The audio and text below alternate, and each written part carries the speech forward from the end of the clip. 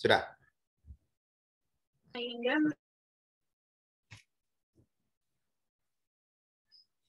Oke ya, nanti mereka akan presentasi, kemudian nanti dilanjutkan oleh tanya jawab ya. Kalian bisa bertanya apa pengalamannya, kemudian kiat-kiatnya dan segala macam, bisa selesai tepat waktu. Kalau COSA ini selesai dalam 7 semester, karena dia dari 8 semester. Ya. Ada sih yang selesai 14 semester, tapi nggak saya undang ya. Nanti kalian niru yang 14 semester lagi. Besok masih ada tuh yang baru ujian angkatan 2014. Ya, jangan ditiru yang lama-lama ya. Oke, kita mulai. Siapa dulu? Cosa dulu apa Nadia dulu? Cosa dulu aja, Pak. Tadi kan mau ada acara jam 4. Oke, ya silakan. Cosa bisa ada nggak? Keluar lagi. Ada Pak, ada Pak. Oh ya, silakan. Iya. Silakan Cosa. Sehat kamu ya? Oke. Alhamdulillah sehat Pak. Cuma memang sinyalnya kurang bagus Pak, agak sedikit kurang bagus, jadi keluar-keluaran sendiri. Di off cam aja kalau terganggu sinyalnya. Oh ya, oke deh. Dan kamu udah cukup terkenal ya, Pak. ya. Kamu udah cukup terkenal kan di anak-anak kan? Enggak juga Pak.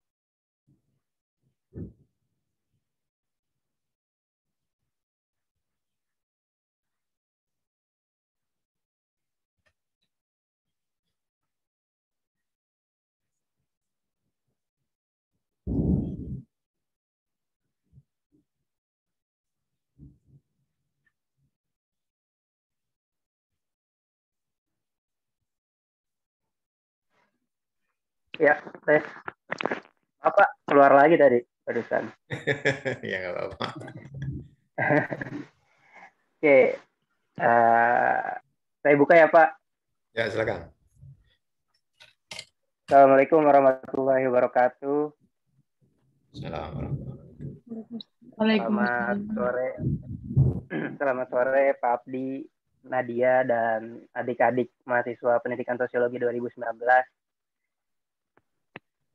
Ya, hari ini saya sebagaimana yang sudah dijelaskan oleh Pak Abdi ya, akan sharing mengenai proses penyusunan skripsi dari mulai menyusun outline sampai sidang akhir. Gitu.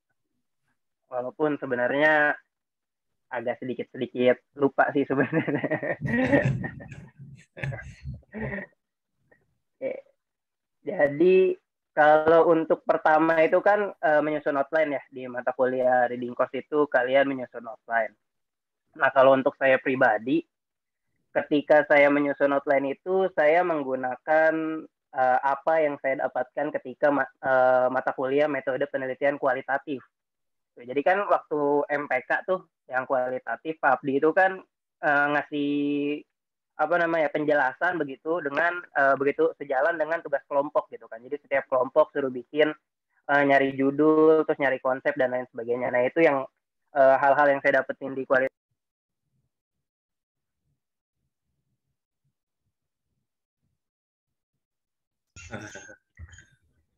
Kena sinyal.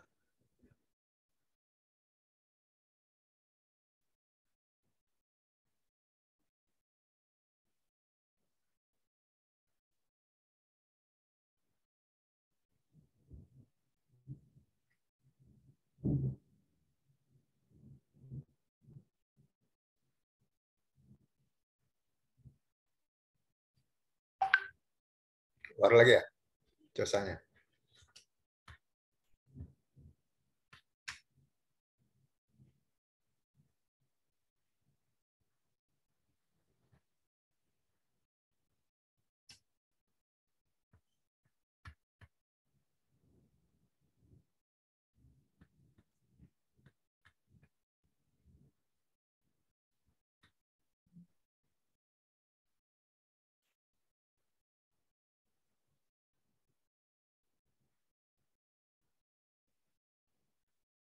Lama keluarnya. Belum bisa masuk lagi.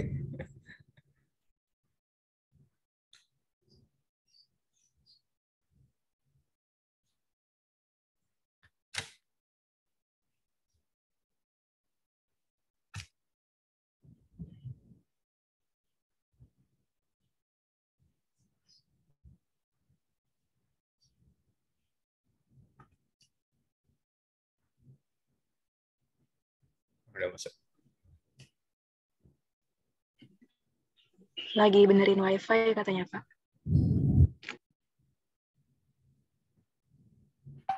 Kamu nggak gerak-gerak, Mbak Nadia dulu.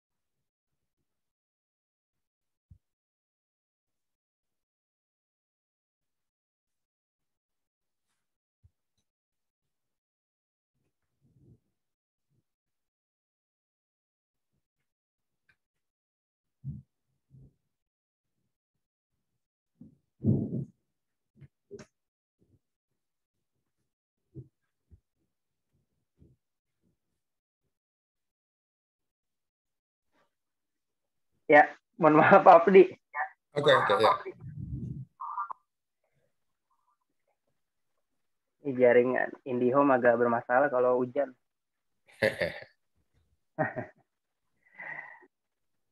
Oke, jadi sebenarnya kalau untuk awal, kalian kan juga pernah masuk mata kuliah MPK, kan pasti udah lulus mata kuliah kualitatif ya. Nah, saya ngikutin alur yang ada di metode penelitian kualitatif itu. Kayak pertama kan, Pak Abdi itu di metode penelitian kualitatif menyuruh mencari judul penelitian. Nah, judul penelitian itu terdiri dari yang namanya konsep tunggal sama fenomena tunggal, gitu kan. Nah, saya berangkat dari situ. Jadi ketika udah mata kuliah RT, saya udah tahu nih kira-kira apa yang nantinya saya pengen ambil untuk penelitian skripsi saya. Udah pasti saya nentuin dulu mau pakai kuali atau kuanti gitu kan. Jadi saya nentuin dulu saya pakai kuali, kemudian saya cari fenomena tunggal sama konsep tunggal kira-kira apa nih yang pengen saya gunakan gitu. Nah, kebetulan fenomena yang saya pilih itu waktu itu jamaah tablik gitu, gerakan jamaah tablik. Kenapa akhirnya saya milih gerakan jamaah tablik? Karena pertama saya merasa tertarik dengan apa yang jamaah tablik itu lakukan gitu. Saya merasa tertarik terus merasa memiliki pertanyaan-pertanyaan di kepala saya gitu terkait dengan gerakan jamaah tablik ini gitu. Kayak kan jamaah tablik itu yang setahu saya dia awalnya saya tahunya tuh jamaah tablik itu pokoknya dia pergi-pergian keluar kota selama 4 bulan ninggalin anak istri gitu kan. Nah, saya pengen tahu kira-kira apa alasannya kenapa mereka mau melakukan itu. Nah, itu akhirnya mendorong saya untuk berniat untuk melakukan penelitian tentang jamaah tablik gitu. Awalnya konsep yang saya ingin gunakan itu rasionalitas atau tentang makna. Namun karena udah konsultasi dengan Pak Abdi juga pada saat itu kalau rasionalitas itu ngapain gitu jamaah tablik bahas rasionalitas, paling jawabannya agama gitu kan, terkait dengan balik lagi ke agama, enggak ke sosial atau sosiologinya. Akhirnya konsep yang saya ambil gerakan sosialnya. Jadi intinya untuk langkah awal kalian dalam menyusun atau membuat outline itu, kalian tentuin dulu kalian mau neliti apa, terus nelitiannya itu kalian kenapa pengen neliti hal tersebut gitu, apa tertariknya, apa yang membuat hal itu menarik perhatian kalian gitu. Kemudian barulah setelah itu kalian pikirin memakai konsep apa gitu. Karena apa? Karena di outline pun nanti kan kalian harus ngejelasin nih kenapa penelitian itu penting atau kenapa penelitian itu menarik gitu. Jadi ketika kalian udah tahu nih pengen neliti apa dan kenapa penelitian itu sekiranya menarik atau penting, barulah kalian ajukan melalui outline tadi gitu. Itu untuk kalau untuk penyusunan outline ya, mencari fenomena dan lain sebagainya. Oke, kemudian selanjutnya itu mengenai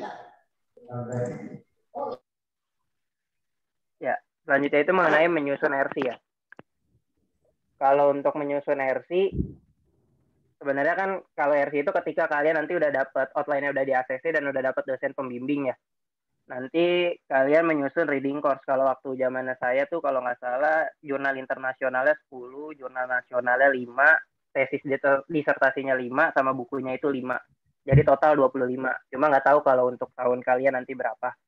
Gitu. Jadi ketika kalian udah mengajukan outline, udah di ACC oleh dosen reading course, terus udah di ACC oleh Kaprodi, kalian dapat yang namanya dosen pembimbing atau DP1. Ketika kalian dapat DP1,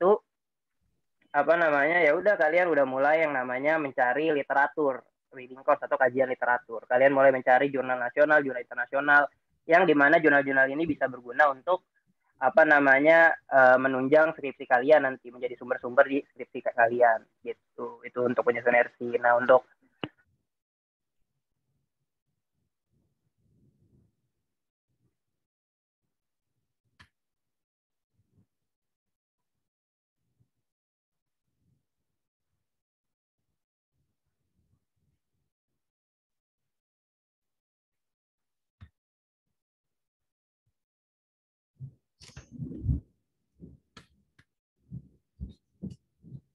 Keluar lagi ya rasanya. ya, udah masuk lagi, Pak. Masuk lagi. Ya, di sini juga mendung Ya, banget. jadi oh iya. Iya, Pak, jelek banget ini wifi tumben. Ya, jadi kalau untuk mencari mencari literatur nanti tuh kalau saya pribadi ketika mencari literatur itu paling sulit biasanya itu mencari tesis atau disertasi. Tesis disertasi itu biasanya sulit untuk dicari karena apa?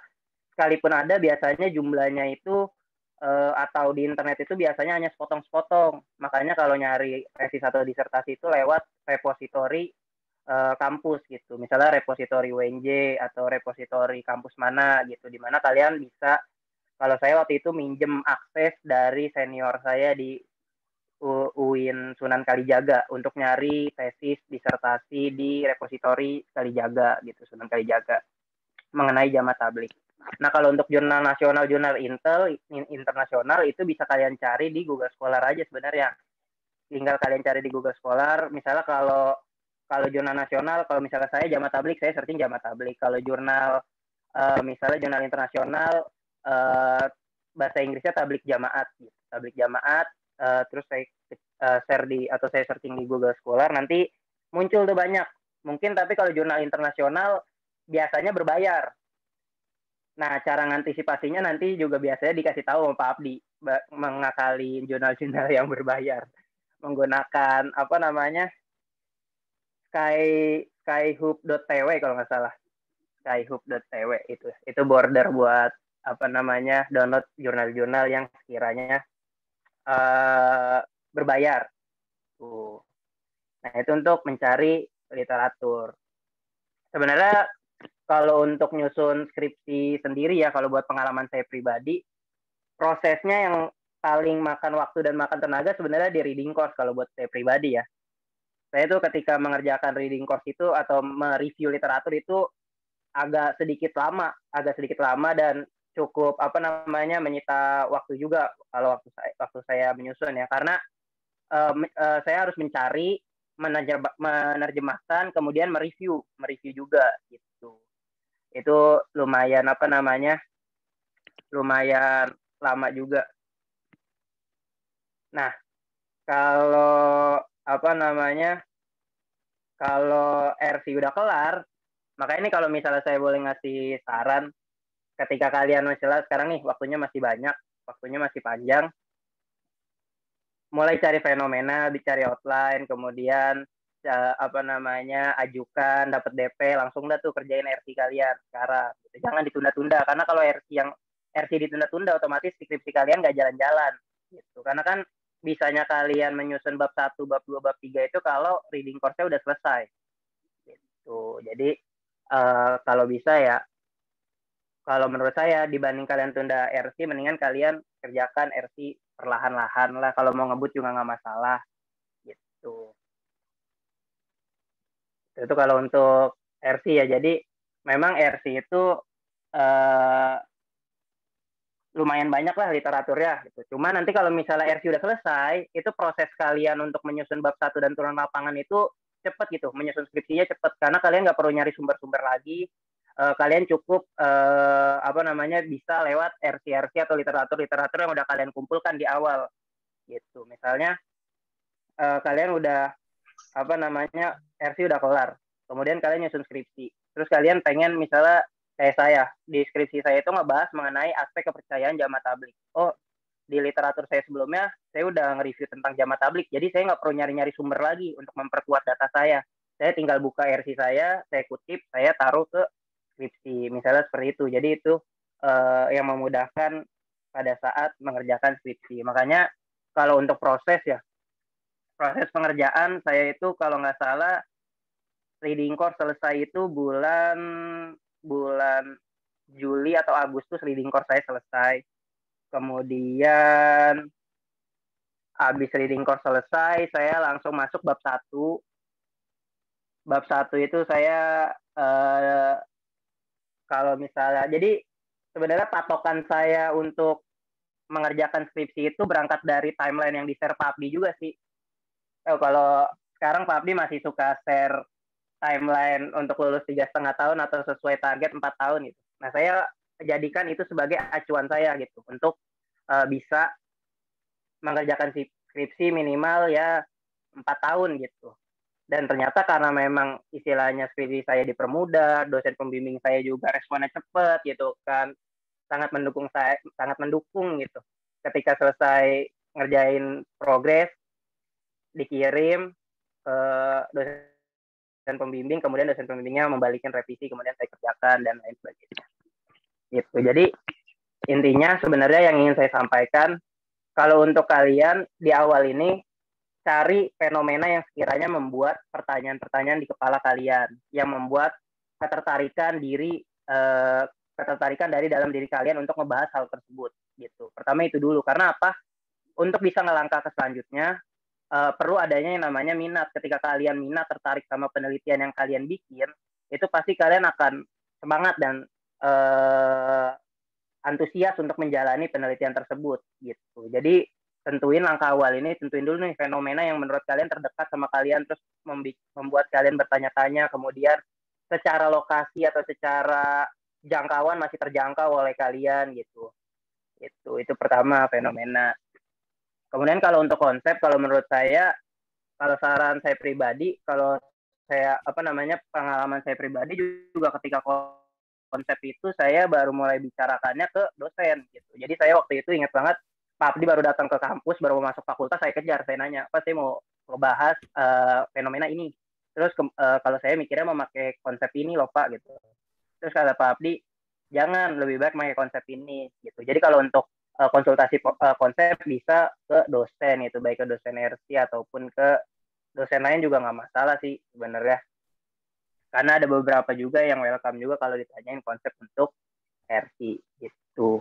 Itu paling kalau misalnya untuk awal. Sisanya kalau untuk misalnya kalian pengen lulus 3,5 tahun atau 4 tahun, itu sebenarnya balik ke diri kalian sendiri. Kalau misalnya kalian emang pengen, kalian mau, ya bisa gitu, asalkan ada kemauan, ada keinginan. Kalau untuk patokan atau timelinenya itu bisa melalui yang Pak Abdi share. Biasanya tuh Pak Abdi nge-share gitu timeline, misal pengen lulus 3,5 tahun, itu harus RC kelar kapan, turun lapangan kapan, terus SPS kapan, SHP kapan, dan lain sebagainya gitu. Paling sementara dari saya gitu dulu Pak. Oke, terima kasih, Cosa. Selanjutnya Iya, kita Pak. ke Kak Nadia. Ya, makasih Pak Abdi. Oke teman-teman, kenalin aku Nadia dari Pendidikan Sosiologi B 2017. Dulu juga sempat aktif di BEM, jadi staf divisi Orseni. Terus tadi terakhir Chosa ngomong tentang buat proposal ya. Nah tadi kan mungkin nyambung sedikit ya dari Chosa. Tadi kan Pak Abdi juga sempat nge-share ya, kalau timeline 3,5 itu kalian harus gimana, kalau timeline 4 tahun itu harus kayak gimana. Nah, yang aku mau saranin juga, kalau tentang RC ini, minimal tuh 4 tahun ya, minimal banget 4 tahun lah gitu. Kalau misalnya kalian mau 3,5 tahun, lebih cepat itu lebih baik. Tapi aku saranin juga, kalian juga harus buat deadline untuk diri kalian sendiri gitu. Kalian harus pikirin, di semester 6 kan ada RC ya, terus di semester 7 itu ada PKM. Nah, PKM ini kan bisa dibilang tergantung ya, tergantung sekolahnya gitu. Ada sekolah yang sibuk banget, ada sekolah yang mungkin santai aja. Nah, itu juga harus kalian pikirin. Dulu aku juga selesai LC itu di semester 6. Nah, dari situ niatnya mau lanjut nih ke bab 1. Tapi ternyata di semester 7 PKM dan PKM-nya itu lumayan menguras waktu banget gitu. Jadi menurut aku kayak aku nggak bisa nih kalau 3,5 tahun gitu. Oke lah, nggak apa-apa. Lanjut lagi di semester 8 gitu. Jadi kalian harus pikirin kalau misalnya kalian ngerjain RC ini, kalian lama-lamain gitu, kalian juga harus pikirin tuh, di semester 7 ada PKM. Nanti kalau kalian tugas PKM-nya dapetnya banyak, gimana? Ditambah kalian harus selesaiin RC juga. Ntar tiba-tiba udah semester 8. Nah, itu kan jadinya tambah hektik ya. Itu yang harus kalian pikirin dan kenapa kalian harus buat deadline untuk diri kalian sendiri juga gitu. Terus mungkin lanjut ya ke tadi, kan udah buat proposal nih. Ceritanya RC-nya udah selesai nih, udah dapet nilai. Nah, dari situ gunanya RC itu kan biar kalian nyusun bab satunya juga lancar ya. Biar kalian nyusun skripsinya tuh lancar. Karena kalian udah dapet patokan nih, kalian udah punya review jurnal-jurnal tentang fenomena kalian. Ya udah deh, dari situ kalian mulai nih garap yang namanya skripsi. Bab 1 dulu tuh dikerjain. Bab 1 kan isinya ada, kalau bab satu di kita lumayan padat ya. Kan kalau misalnya di kampus lain tuh atau di prodi lain gitu, biasanya bab 1 itu latar belakang, bab 2 teori, bab 3 metode. Itu kalau di prodi lain atau di kampus lain. Tapi kalau di kita tuh padat banget. Kalau di kita 3 bab itu dijadiin 1 bab gitu. Jadi kalian bayangin betapa padatnya bab 1. Itu isinya ada latar belakang masalah, include sama hasil RC, terus juga sama metode juga. Nah, itu tuh bab 1 doang. Nah, kalau kalian udah selesai bab 1 nih, konsultasi juga sama DP, kalau oke lanjut bab 2. Nah, sebelum kalian masuk ke bab 2, itu kalian harus nyusun yang namanya instrumen wawancara. Kenapa disusunnya di situ? Karena yang tadi aku bilang, kalau di prodi kita tuh padat banget kan. Semua tuh metode gitu-gitu cuma ada di bab 1 doang. Habis dari situ, kalian susun instrumen.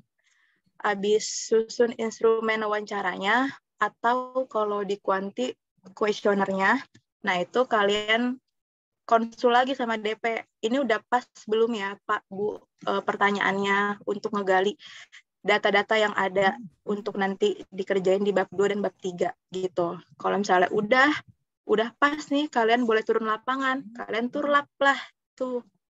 Turun lapangan, cari datanya baik kuanti kuesioner atau enggak kuali wawancara. Nah, itu kalian wawancara sebanyak-banyaknya lah. Pokoknya kalian cari tahu datanya sekaya-kayanya gitu.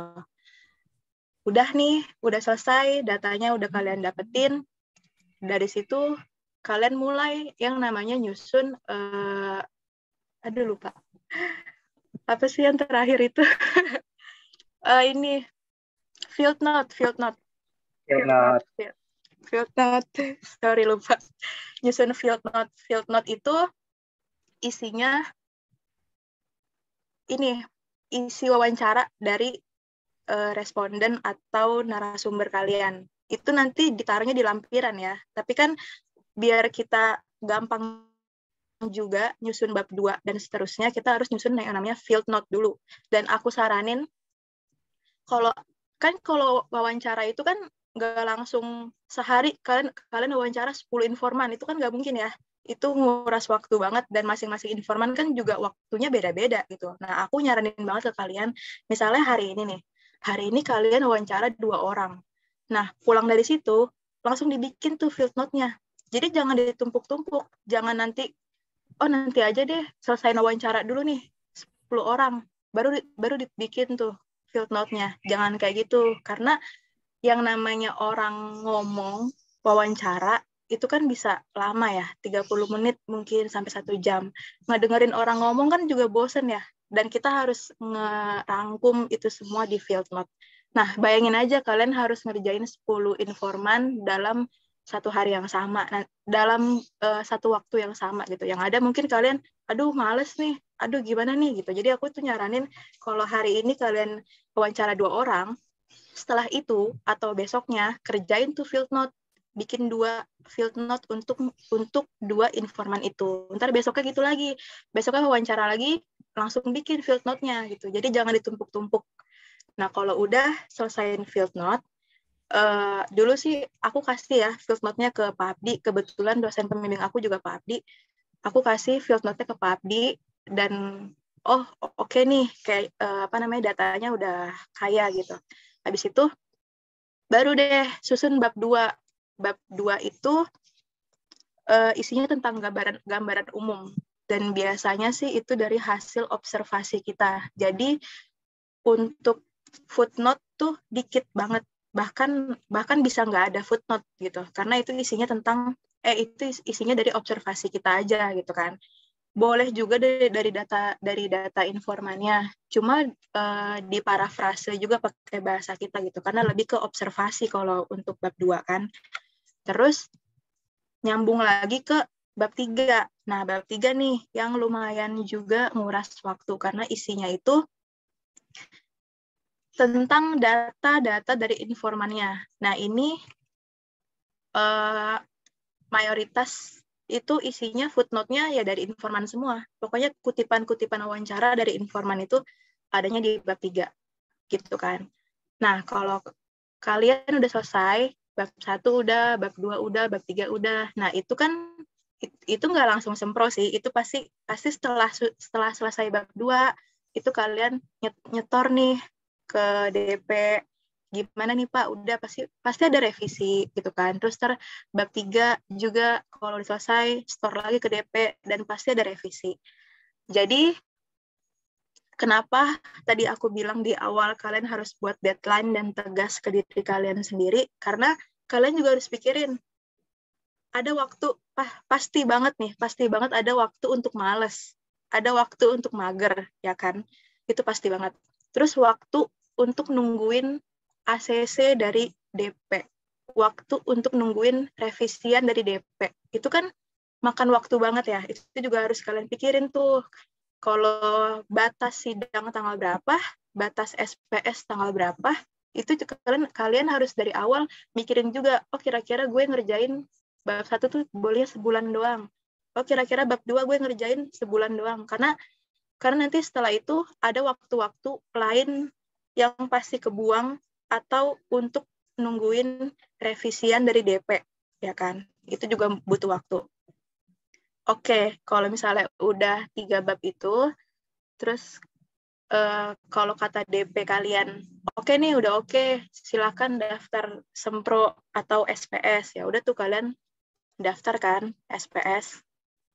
Udah daftar SPS, setelah daftar pun kan juga ada waktu untuk kalian nunggu jadwal keluar SPS gitu. Sebenarnya tergantung ya.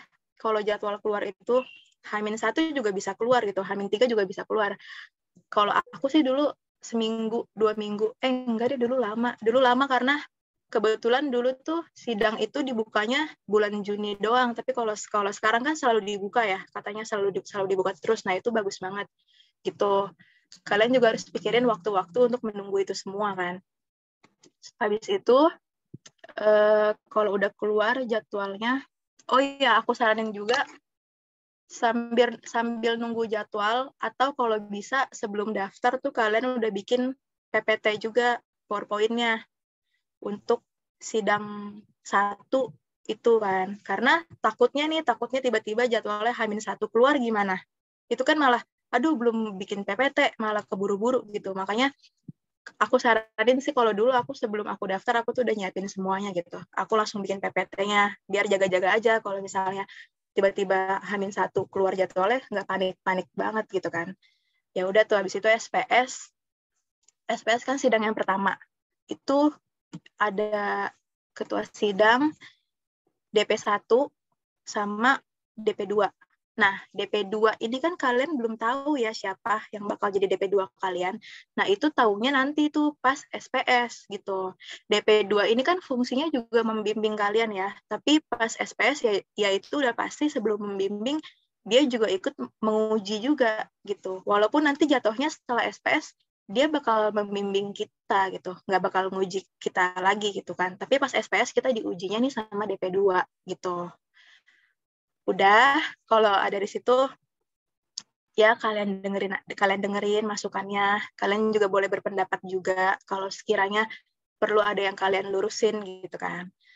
Selesai sempro, pasti ada revisian, itu udah pasti. Kalian revisi. Kalau mau istirahat dulu bentar nggak apa-apa, sehari 2 hari gitu, tapi jangan kelamaan. Habis itu kalian revisi lagi. Habis revisi, kumpulin lagi tuh ke DP 1 dan 2 gitu. Karena kan sekarang kalian punya 2 pembimbing nih, nggak cuma 1 ya. Setelah SPS itu kalian punya 2 pembimbing yang bisa ngasih kalian saran. Habis itu ya udah kalian kumpulin ke DP 1, ke DP 2 gitu kan. Kalian tanya, udah belum Pak gitu kan. Kalau misalnya menurut DP ini udah boleh nih, oh oke, udah oke. Habis itu kalian nggak langsung daftar SHP, tapi kalian harus buat, tadi kan kalau habis SPS tuh kalian revisi bab 1 sampai 3 ya. Nah, kalau kata dosen udah oke revisiannya, habis itu kalian buat dulu bab 4 sampai bab 5. Kalian selesain tuh sampai habis. Bab 4 itu isinya kaitan antara teori atau konsep dengan data. Gitu. Nah, inilah fungsinya RC. Ini fungsinya RC yang tadi udah kalian bikin. Kalau aku dulu 25 minimal, kalau lebih boleh.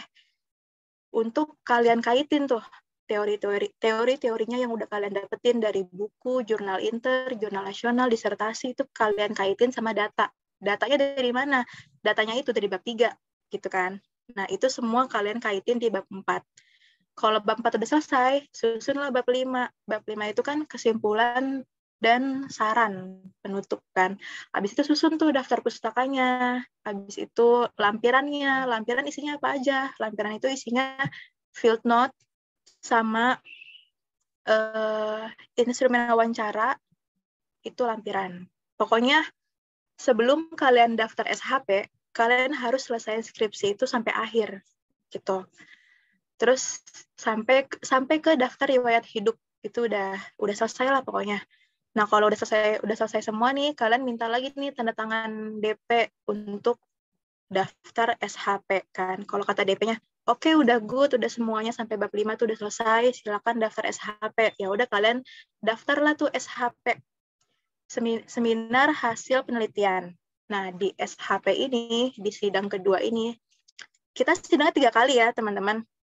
Mungkin kalau prodi sebelah atau prodi yang lain cuma 2 kali gitu kan, SPS sama sidang akhir. Sedangkan kita tuh 3 kali, SPS, SHP, dan sidang akhir gitu. Nah, di SHP ini, di sidang yang kedua ini, kita nambah lagi nih, yang nguji kita itu ada sekretaris sidang. Sekretaris sidang itu nguji juga tentang data kita juga, tapi dia lebih ke teknis penulisan. Makanya aku juga saranin ke teman-teman dari awal nyusun bab 1 itu kalau itu harus sih, ini bukannya kalau bisa lagi ya. Nulisnya tuh yang rapi gitu. Kayak spasinya, ketentuannya, itu kan semua ada ketentuannya ya. Ketentuan marginnya, ketentuan spasinya, terus juga cara nulis footnote. Apalagi kalau nanti dapat DP-nya Pak Abdi, nih Pak Abdi itu detail banget. cara nulis footnote itu juga harus yang benar, urutannya, terus juga kata-katanya, kalau kata-kata bahasa Inggris di italic, terus juga jangan ada typo, pokoknya gitu deh.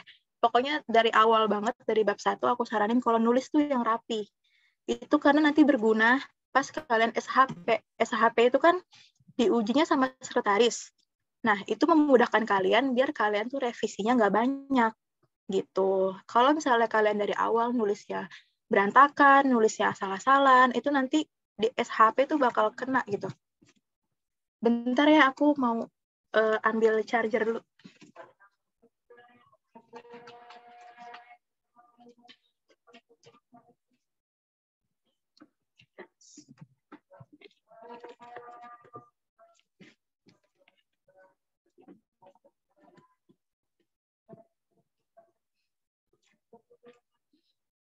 Oke, gitu ya teman-teman kalau nulis yang rapi ya. Habis itu kan udah tuh SHP diuji sama sekretaris nih.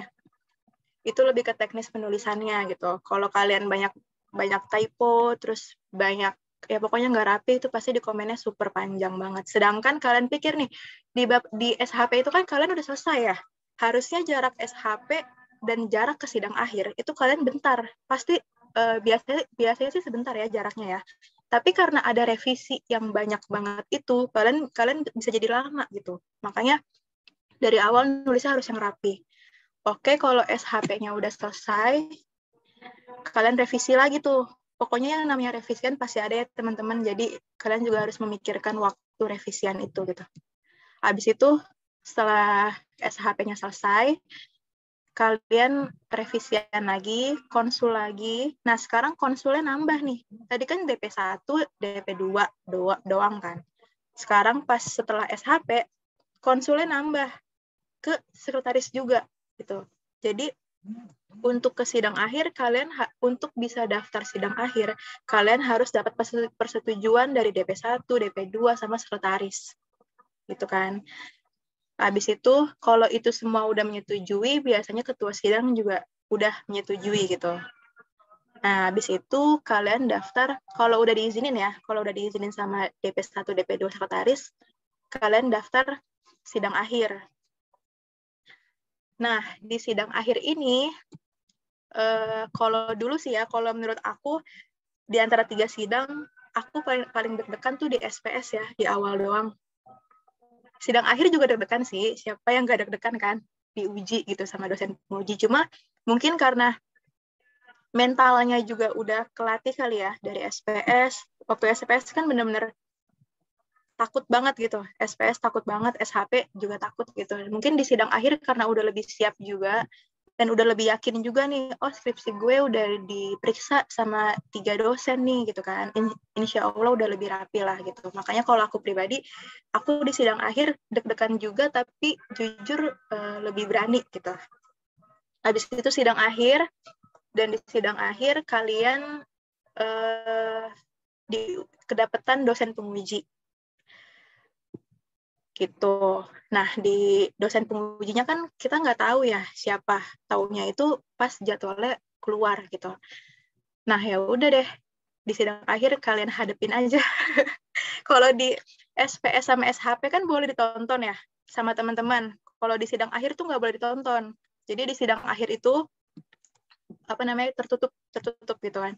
Cuma ada ketua sidang, DP1, DP2, sekretaris sidang, sama kamu, sama dosen penguji. Cuma ada 6 tuh. Kalau di sidang akhir itu nggak boleh ditonton. Itu tertutup banget. Mungkin deg-degannya nggak tahu ya, lebih deg-degan ditonton temen apa sendirian tuh dengan sama dosen-dosen, aku nggak tahu. Cuma kalau aku sih justru lebih deg-degan ditonton temen. Karena kalau ditonton temen kan, kalau salah malu ya. Kalau sama dosen ya kalau salah malu juga sih. Cuma kan ya udahlah, aku juga masih mahasiswa gitu kan. Makanya aku lebih nyaman di sidang akhir gitu. Ya udah di situ sama dosen penguji itu diuji kalian di situ. Waktu itu aku dikasih 3 pertanyaan sama dosen penguji. Dosen pengujiku Pak Ubed itu dikasih 3 pertanyaan. Pertama tentang data aku di bab 3. Menurut menurut beliau ada yang kurang sedikit gitu, tapi aku alhamdulillah bisa jawab. Terus yang kedua tentang subjeknya, dan yang ketiga ini tentang bab 4. Itu udah pasti ya teman-teman, bab 3 dan bab 4 tuh udah pasti ditanya gitu. Karena kan terutama bab 4 ya, kaitan antara teori sama data, itu kalian harus pahamin banget. Karena kalau kalian udah paham sama skripsi kalian mau ditanya apapun, insya Allah bisa jawab gitu kan. Udah setelah dosen penguji udah menguji, aku juga sempat ditanya juga sih sama DP2, sama sekretaris juga sempat, kayaknya hampir semua ya, hampir semua ditanya di sidang akhir kecuali sama Pak Abdi. Pak Abdi nggak nanya, alhamdulillah. Habis itu, udah sih, habis itu kalau udah selesai, kalian, kalau karena aku via Zoom ya, kalau kalian nanti mungkin udah offline gitu kan. Kalau aku kan online kemarin, aku via Zoom, selesai aku ditanya-tanya dan aku menjawab, aku disuruh out dulu dari Zoom. Nah, di situ waktunya dosen-dosen merundingkan, ini anak lulus gak nih kira-kira gitu kan, pantas gak nih dia lulus gitu. Kira-kira adalah 5 menit mereka berunding, habis itu aku disuruh join Zoom lagi. Pas aku join Zoom, ya udah deh, di situ baru diumumin aku lulus atau enggak, dan alhamdulillah lulus. Ya udah, dari situ udah selesai, kalian udah lulus gitu. Mungkin itu aja kali ya sharing-sharingnya Pak Abdi.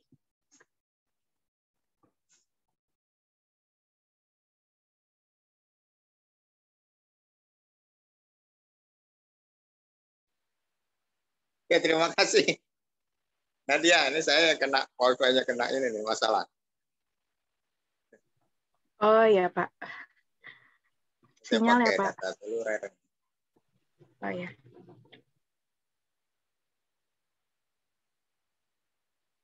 Dosen,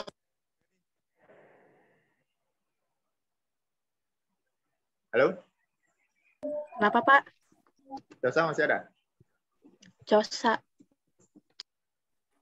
Ada Pak. Ada ya.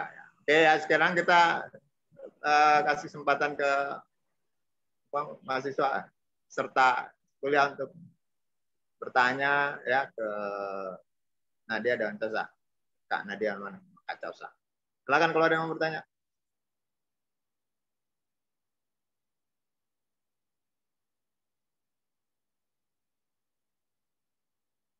Mumpung ada mereka berdua, kan bisa nanya tentang gimana skripsi, apa, penulisan RC, kajian literatur dan seterusnya ya.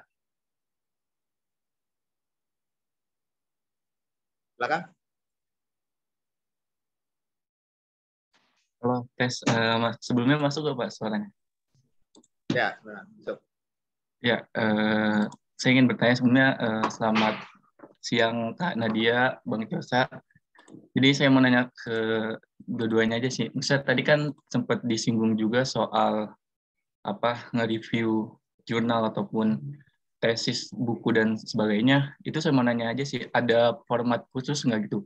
Apa aja yang harus kita review di jurnal tersebut? Terus secara sistematikanya itu seperti apa?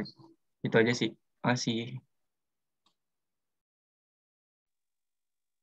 Oke, silakan. Yang lain.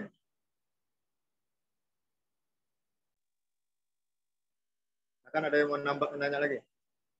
Biar ditampung dulu. Nanti dijawab sekalian. Saya mau nanya Pak. Ya, silakan. Ya. Iya. Sebelumnya tadi kan Kak Cosa ngomong tentang repositori ya Kak. Nah, waktu itu pas Pak Abdi nyuruh cari topik gitu-gitu kan, suruh cari referensi dulu ya. Terus saya sempat mau coba masuk ke repositori WNJ, cuma rada susah gitu Pak, kayak nggak ngerti masuknya tuh pakai apa gitu. Kalau kampus yang lain kan cuma pakai NIM sama passwordnya aja. Terus yang WNJ aku coba pakai password sama NIM nggak bisa. Gitu. Malah yang UNJ nggak bisa kamu. Nggak bisa Iya, ya, malah yang UNJ. Bukan Bapak, maksudnya saya coba pakai NIM sama password buat masuk di repositori WNJ itu nggak bisa. Oke, silakan. Yang lain.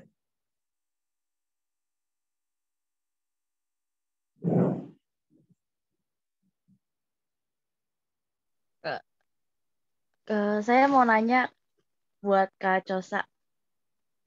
Siapa nih? Natali, Pak. Ya. Oh, ya. Ya. Jadi kenapa sih Kak Chosa tuh milih jemaat tabligh? Apakah itu apa sih pengalamannya atau gimana? Soalnya saya kemarin kan mau nyoba, bukan mau nyoba sih, saya tuh tertarik buat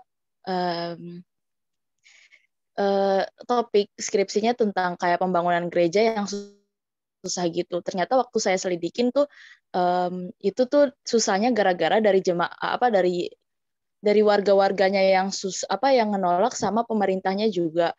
Nah, kan kalau kayak gitu kan tandanya narasumbernya agak susah kita cari kan. Itu gimana Kak ketika nanti kalau misalnya udah suatu topik skripsi yang udah kita buat gitu ternyata narasumbernya susah gitu gimana? Kayak gitu sih palingan yang saya tanyakan. Oke, terima kasih Natalia. Ada lagi? Saya izin bertanya, Pak. Naka ya? Iya, Pak. Izin bertanya untuk Kak Nadia dan Kak Chosa. Tadi kan Kakak sempat membahas kalau lebih baik kita buat timeline ya Kak ya, untuk target atau untuk disiplin kita diri sendiri gitu. Pernah nggak sih selama menyusun gitu ya Kak Nadia atau Kak Chosa, ada hambatan dari segi misalnya dosen pembimbingnya lama respon gitu ya, atau ada nggak sih hambatan dari segi waktu gitu ya terkait selama Kakak berproses gitu. Ya, terima kasih Pak. Oke. Kita cukupkan ya. Cukupkan dulu nanti kalau ada pertanyaan jangan dijawab dulu sama Kak Chosa sama Kak Nadia. Dari Inaka. Apa lagi ini? Julha. Ini satu lagi siapa?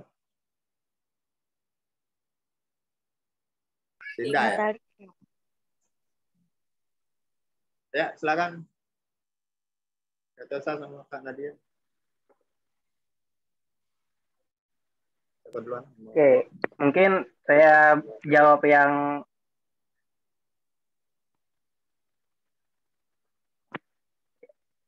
jadi terkait repositori, saya jujur aja ketika saya mencari literatur, mencari sumber-sumber untuk skripsi saya nggak menggunakan repositori dari WNJ gitu.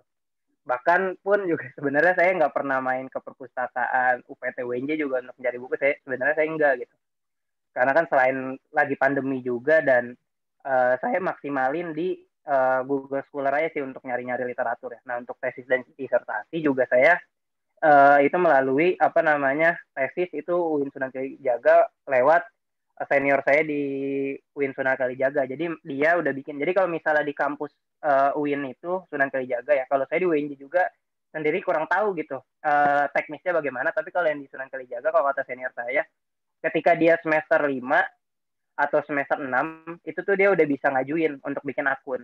Jadi ngajuin dulu untuk bikin akun masuk repositori gitu kalau di UIN Sunan Kalijaga, makanya dia udah punya, jadi bisa ngakses tesis atau disertasi di repositori kampusnya gitu. Nah kalau di UNJ sendiri sih saya kurang tahu ya, tapi mungkin kalau sekarang karena pandemi juga udah agak berkurang, mungkin bisa disamperin aja gitu UPT UNJ-nya untuk lihat tesis atau disertasi, mungkin dilihat langsung dari UPT UNJ-nya, mungkin seperti itu gitu. Jadi kalau pada saat saya dulu benar-benar kan kampus itu nggak terbuka gitu, nggak buka karena pandeminya lagi baru-baru marak atau masih orang juga masih takut-takutnya dan masih ketat-ketatnya gitu. Itu untuk yang repositori.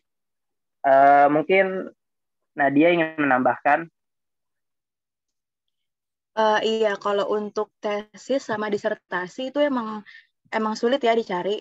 Bahkan dulu saya nemu nih tesis atau disertasi itu, tapi biasanya cuma bab satunya doang. Jadi untuk mengakses, bener kata Chosa, kita harus ada akun kan. Nah, karena saya udah bingung lah gitu, aduh ini tesis bahasa Indonesia nih nggak nemu-nemu nih, gimana ya? Ya udah saya curhat tuh ke Pak Abdi, karena Pak Abdi kan dospem saya.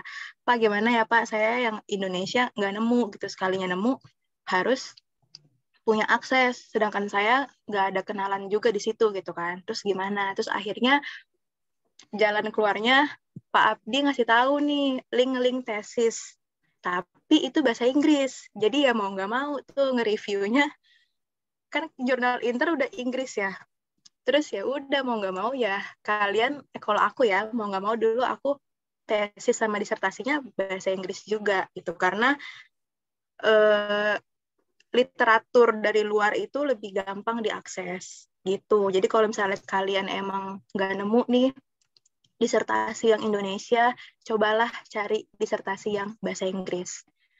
Aku juga masih nyimpen sih link-link yang dikasih sama Pak Abdi. Mungkin nanti kalau kalian mau bisa juga aku kasih linknya gitu. Tapi maksudnya disertasi itu kan ada 5 bab juga ya. Tapi kan nggak melulu semua kalian review gitu loh. Paling yang kalian review yang terutama bab 4 itu kan yang akan direview gitu, sama lihat latar belakangnya gitu. Jadi ya mau nggak mau kalau misalnya tadi ada akses di kampus lain itu bagus banget, dan sekarang juga udah mulai offline, mungkin bisa dicari juga kan ke perpustakaan. Tapi kalau misalnya emang nggak nemu-nemu juga, ya mau nggak mau kalian cari yang Inggris gitu ya. Kalau repository paling itu ya, tadi Dinda yang nanya ya. Udah cukup Dinda? Udah, Kak. Terus mungkin Makasih. iya sama-sama. Mungkin aku mau jawab yang ini nih, yang bikin timeline untuk menyusun skripsi. Ada gak sih hambatannya? Ada banget. Kan apalagi kan benar kata Cosa tadi, menurut aku juga paling banyak tuh waktu itu kemakan di RC ya. Karena kan RC harus nyusun 25 literatur, waktu aku itu minimal banget 25. Nah, tapi aku bisa ngerjain itu di semester 6. Itu gimana cara aku nge-timeline-nya? Dari sekarang nih, ini kan bulan Februari, kalian langsung cari fenomena gitu. Dan kalau ditanya, pernah gak sih Kak judulnya ditolak sama Pak Abdi? Pernah banget ditolak sama Pak Abdi. Di depan kelas lagi ditolak. Maksudnya itu juga pernah kan kayak gitu. Kalian juga harus pikirin, kalian untuk nyari judul jangan satu doang. Kalian harus nyiapin judul, beberapa judul gitu. Karena kayak tadi aku, nanti ada judul yang ditolak. Itu kalian juga harus pikirin tuh, oh misalnya judul yang ini ditolak nih, entah alasannya mungkin udah banyak atau udah ada fenomena yang sama. Dan kalian juga harus cari, biasanya tuh jurusan punya kok Excel list judul skripsi cutting. Nah itu kalian harus lihat juga cutting-cutting kalian tuh udah ada belum sih yang fenomenanya ini. Kalau misalnya udah ada, biasanya itu nggak boleh sama ya, harus dibedain gitu kan. Makanya kalian juga harus cek skripsi cutting udah ada belum yang ngebahas itu. Terus juga di Google mungkin bahasan kalian terlalu terlalu umum nggak gitu. Maksudnya udah banyak belum gitu yang ngebahas. Kalau misalnya udah, ya jangan ambil itu, karena kemungkinan besar nanti judulnya ditolak kan. Nah, kalau aku dulu nge-timelinein, aku tuh harus selesain outline 1 bulan. Itu harus udah di ACC. Jadi ya itu kalian sendiri yang ngatur waktu kalian. Karena kan mikir ide itu kan lama juga ya. Nggak bisa kita tentuin kapan nih idenya datang gitu kan. Makanya kalau dulu aku baca-baca jurnal, baca-baca fenomena di Google, kira-kira apa ya. Dan aku tertariknya kemana gitu. Ke bidang sosiologi yang mana. Oke, 1 bulan itu kalau aku sendiri outline-ku harus udah di ACC. Nah, udah setelah di ACC, mulai kan dapat DP dan kita nge-review literatur. Nah, aku dulu bisa selesaiin RC dalam waktu 3 bulan. Tapi karena dulu aku nge-deadline-in, aku tuh 1 hari harus minimal nge-review 1 jurnal gitu kan. Tapi kan kalau teman-teman pikir, kalau ada 25 literatur di review dalam 1 hari 1 literatur, itu kan cuma kelar sebulan ya. Nah, kenapa aku bisa kelar 3 bulan? Ya itu dia hambatannya. Entah mungkin kalau dulu kan pas pandemi, hambatan di rumah, ya kalian juga sama lah ya sekarang pasti kan. dulu juga aku sempat ada hambatan, orang tua aku kecelakaan, makanya aku juga sempat skip RC 2 minggu, itu RC nggak aku sentuh sama sekali gitu kan. Habis itu aku lanjut lagi, terus hambatan males mager tuh paling utama ya, hambatan males mager dari diri sendiri gitu. Makanya tadi yang aku bilang kalian harus pikirin kapan waktu untuk menunggu jurnal kalian di ACC biar bisa direview, kapan waktu untuk menunggu revisian gitu. Makanya walaupun kalian udah nargetin sehari 1 jurnal dan kira-kira itu bisa direview selama 1 bulan, tapi kayak aku jatuhnya 3 bulan, untungnya masih masuk di semester 6 ya, makanya masih bisa selesai gitu kan. Nah itu dia, karena dari situ ada waktu-waktu yang lain yang harus kalian pikirin, rasa malesnya, terus juga yang lain-lainnya gitu. Itu sih kalau tips dari aku ya. Cosa mungkin punya tips untuk ngerjain RC cepet? Oke, untuk kerjain RC cepet ya, dikerjain. Ya, jadi kalau untuk kerjaan RC cepet, jadi sebenarnya hambatan dari timeline yang udah dibuat ya. Jadi pertama kan kalau yang tadi dibilang Nadia, kalau saya untuk offline tuh, saya ngejar yang namanya 10 orang pertama. Karena kan ada kebijakan dari Prodi 10 orang pertama bisa milih dosen pembimbingnya gitu. Nah, saya pertama itu dulu, saya kejar itu dulu biar saya bisa 10 orang tercepat nih yang yang outline-nya di ACC. Biar apa? Biar saya bisa milih dosen pembimbing. Dan ketika itu kesampaian gitu, akhirnya saya udah di ACC dan masih bisa milih dosen pembimbing, saya milihlah Pak Abdi gitu. Jadi Pak Abdi juga dosen pembimbing saya. Nah, kemudian kalau untuk setelah outline, terus ngapain? Kalian ngumpulin literatur. Kalau saya waktu itu nargetin diri saya pribadi, 1 minggu nyari literatur. 25 literatur itu dalam 1 minggu. Karena apa? Karena harus dibikin list dulu, dibikin matriksnya kan. Dibikin matriksnya, terus nanti dikirim ke PABDI, udah di ACC atau belum. Kalau udah di ACC, itu langsung dikerjain. Jadi kalau timeline saya ngerjain RC, sama sebenarnya sama Nadia. Jadi 1 hari itu saya 1 jurnal. 1 hari 1 jurnal. Jadi saya ingat banget, saya ngerjain RC itu ketika bulan puasa. Saya ngerjain RC ketika bulan puasa. Saya pagi bangun ngerjain. Saya siang terjemahin. Siang atau malam saya terjemahin. Paginya bangun ngerjain lagi. Jadi begitu terus polanya. Sampai pokoknya saya selesai RC itu, saya mulai ngerjain RC seminggu sebelum puasa. Selesai ngerjain RC itu seminggu sebelum Lebaran. Saya ingat batu. Sampai saya bingung mau ngirim RC, minta revisian ke Pak Abdi itu enak atau enggak nih, karena udah mau Lebaran waktu itu. Saya ingatnya seperti itu. Akhirnya seminggu sebelum Lebaran saya udah selesai ngerjain RC, ngirim ke Pak Abdi, dan direvisi setelah 2 minggu lah, 2 minggu setelah dari saya ngumpulin. Karena kan ada Lebaran dulu dan lain sebagainya. 2 minggu saya baru turun revisi dari Pak Abdi, saya kerjain revisinya, saya kirim lagi dan di ACC, barulah setelah itu saya mulai mengerjakan skripsi. Nah, sebenarnya kalau untuk faktor yang menghambat secara umum mahasiswa, karena saya juga dapat atau mengamati sendiri, ngelihat dari teman-teman saya, sebenarnya ada 2, dari dalam diri sama dari luar diri. Kalau dari dalam diri itu ya gitu, kalau skripsi atau RC itu jangan sampai lepas dari tangan itu lebih dari 1 minggu.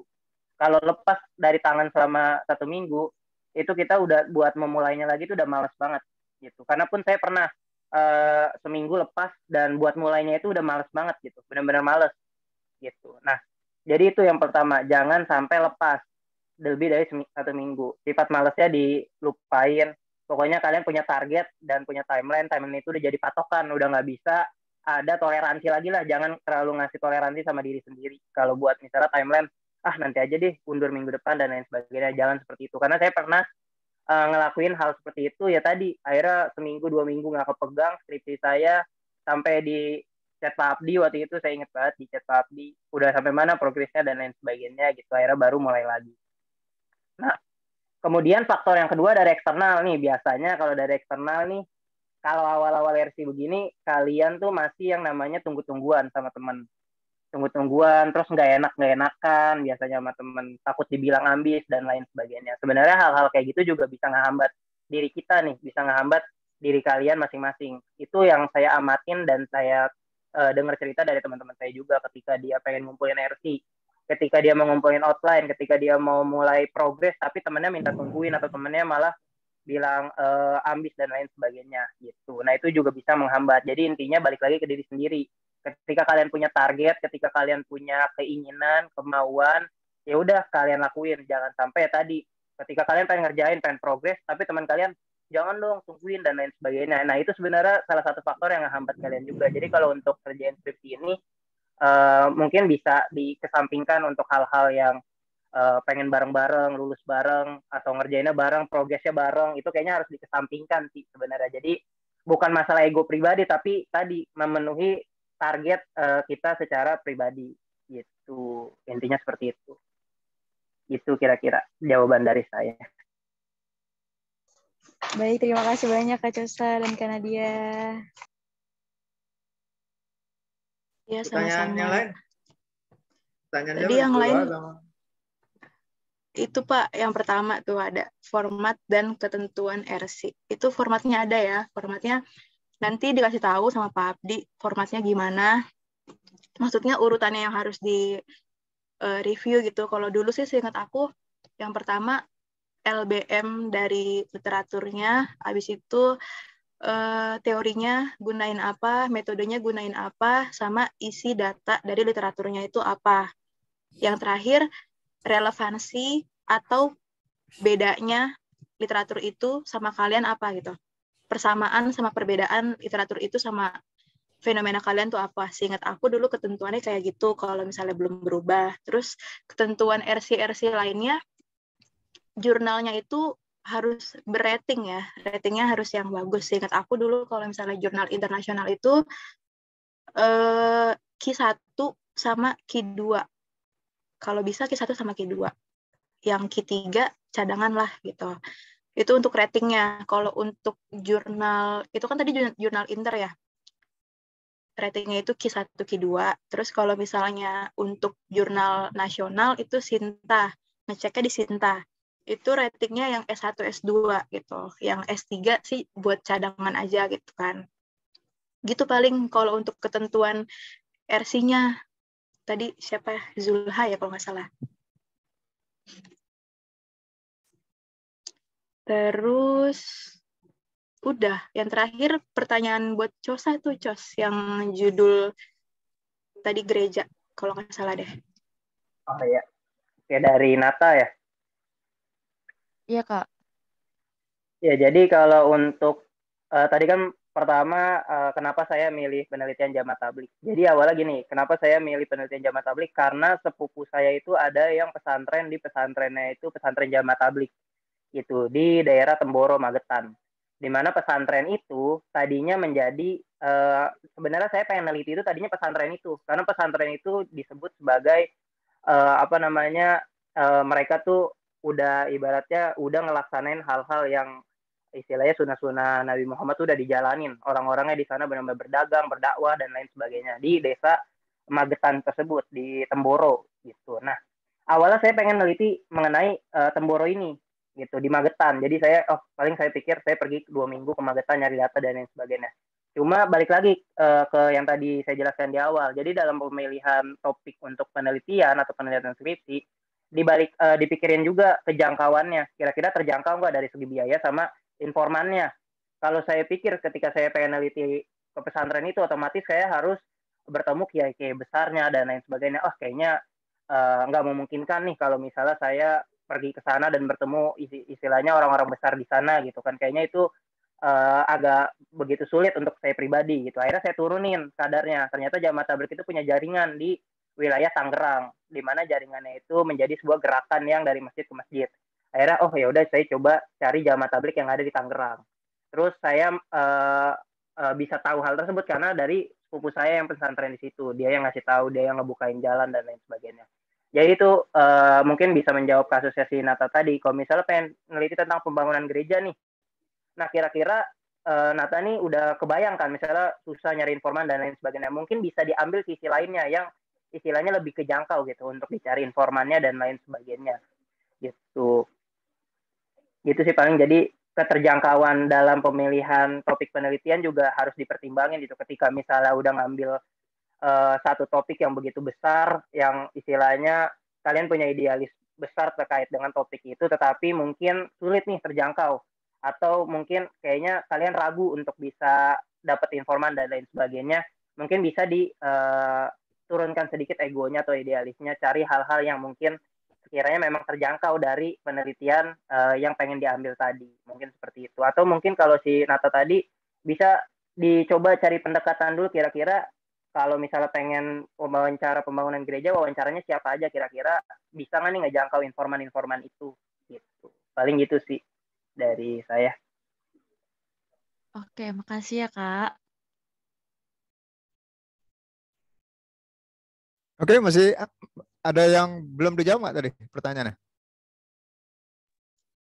Udah semua, Pak. Sudah semua ya? Dari Oke, ini masih ada waktu 10 menit untuk Cosan ya.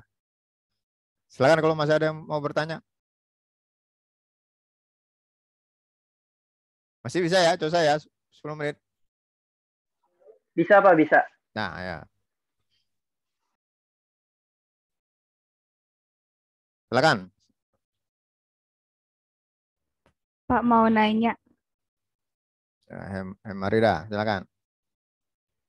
Iya, mau nanya ke Kak Cosa sama Kak Nadia nih.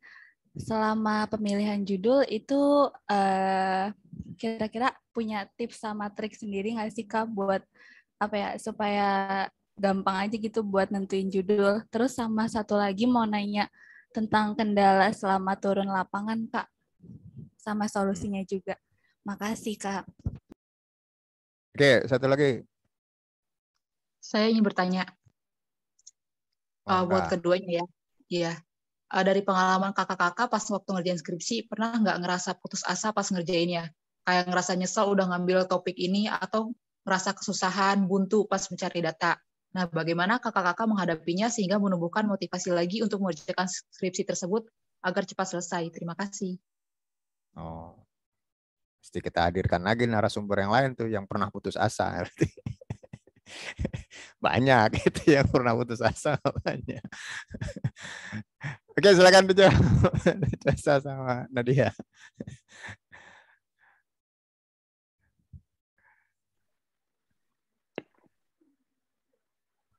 Mungkin yang putus asa dulu tadi Pak ya, karena baru ini. Jadi,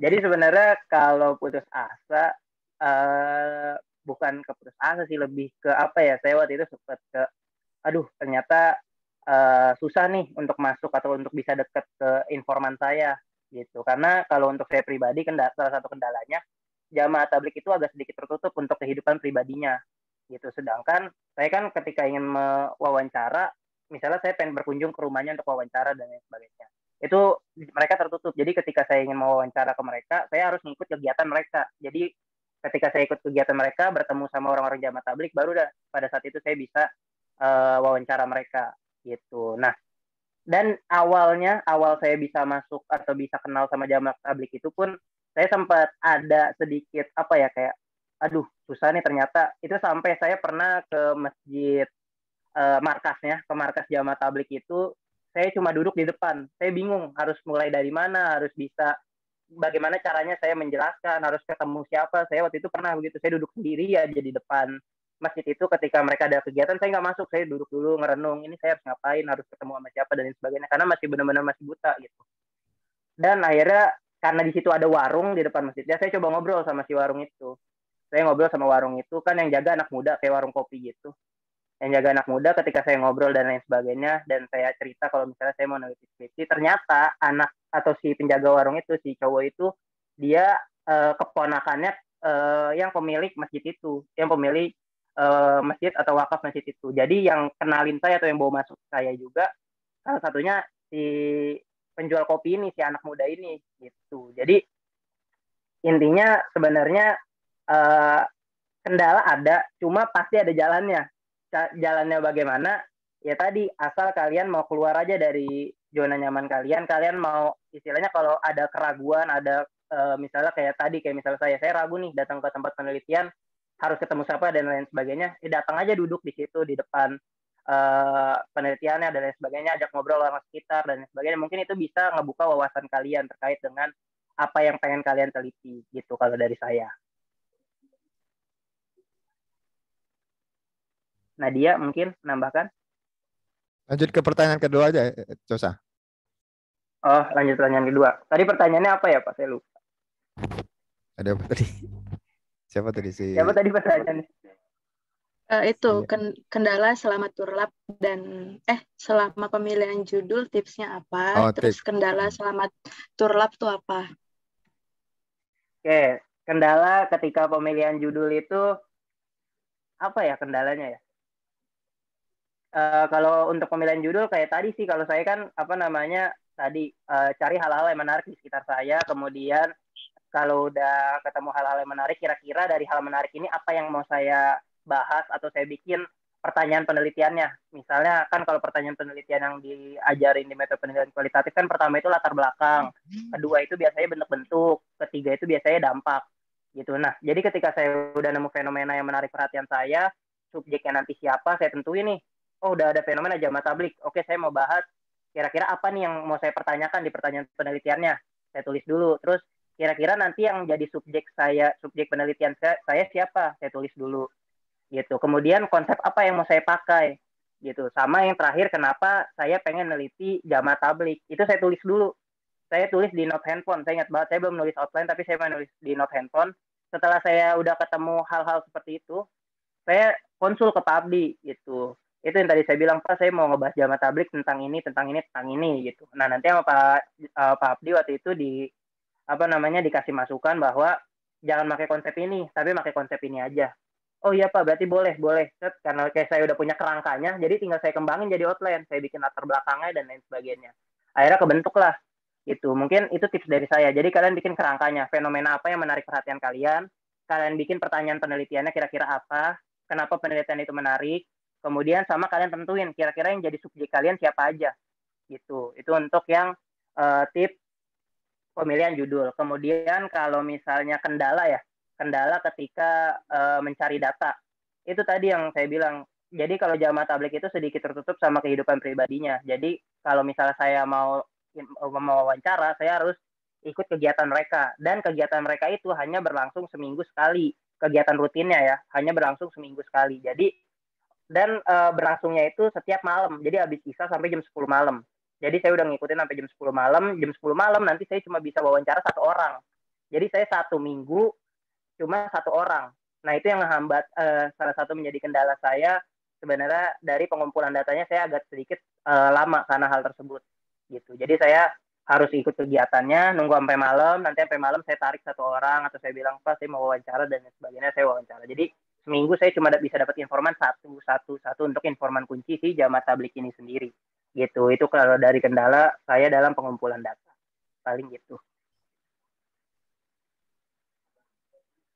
Oke, silakan Nadia. Iya, tadi mau jawab Hema dulu ya. Selama pemilihan judul, tipsnya tuh apa? Kalau dari aku pribadi, yang paling utama banget, kalian harus menarik. Penelitian itu tuh harus kalian tertarik gitu. Sama, kan sosiologi tuh banyak ya. Pendidikan, gender, politik, ekonomi. Nah, itu kalian harus tahu kalian tertariknya tuh di bidang yang mana. Karena itu penting banget. Kalau misalnya kalian nggak suka sama tema yang kalian teliti, itu kalian nggak akan ada kemauan nanti untuk menyelesaikannya gitu. Makanya yang pertama, kalian harus cari topik yang buat kalian tertarik. Itu yang pertama. Yang kedua, kalian harus sebelum buat outline nih, harus riset sedikit dulu gitu. Itu datanya tuh ada nggak sih? Fenomena itu ada nggak sih gitu. Jadi jangan nanti kalian udah buat outline, udah di ACC, udah bagus lah gitu outline-nya. Pas kalian mau lanjut ke skripsi, pas kalian datengin subjeknya, ternyata datanya nggak ada gitu. Itu kan juga malah bikin masalah baru ya. Jadi yang kedua itu kalian harus cek datanya tuh ada nggak gitu. Masalahnya tuh real nggak gitu. Terus habis itu, itu sih paling dari aku. Untuk pemilihan judul, topiknya harus menarik kalian dan datanya ada atau enggak. Itu kalian harus riset sedikit dulu. Terus yang kedua, Hema tadi juga nanya kendala selama turlap dan solusinya.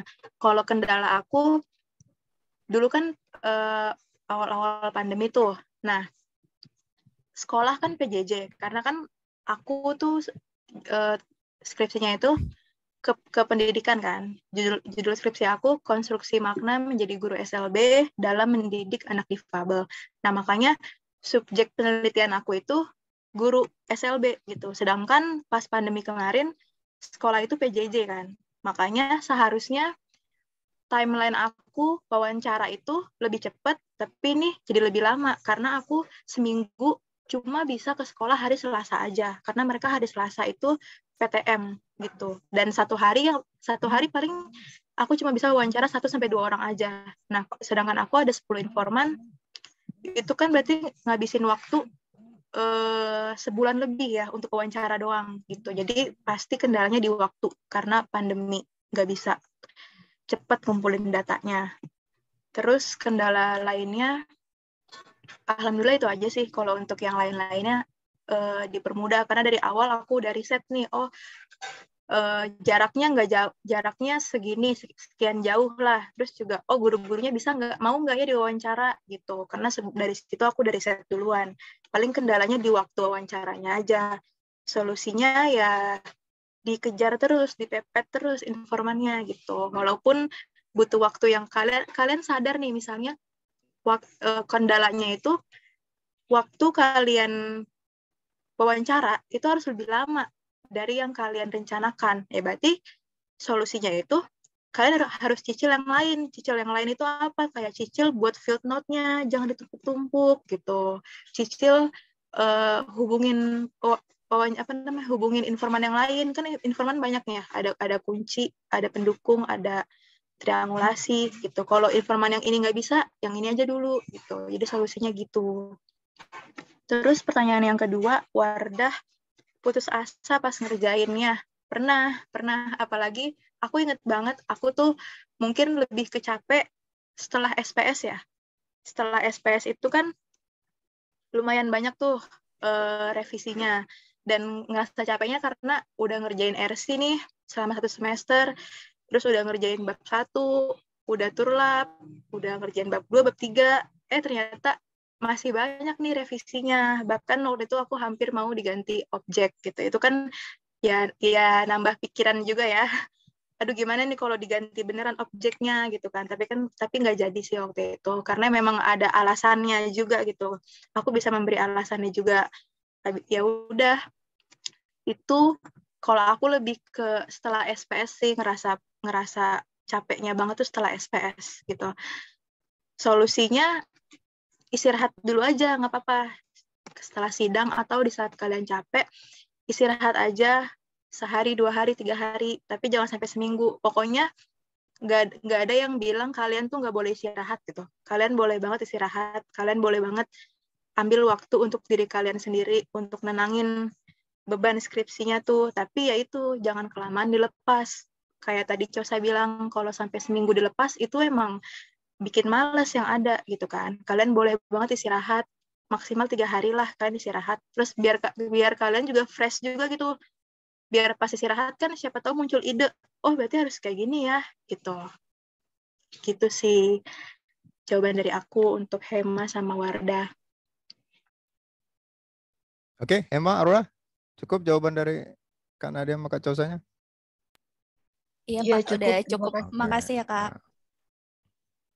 Oke, Cosa masih ada waktu nggak?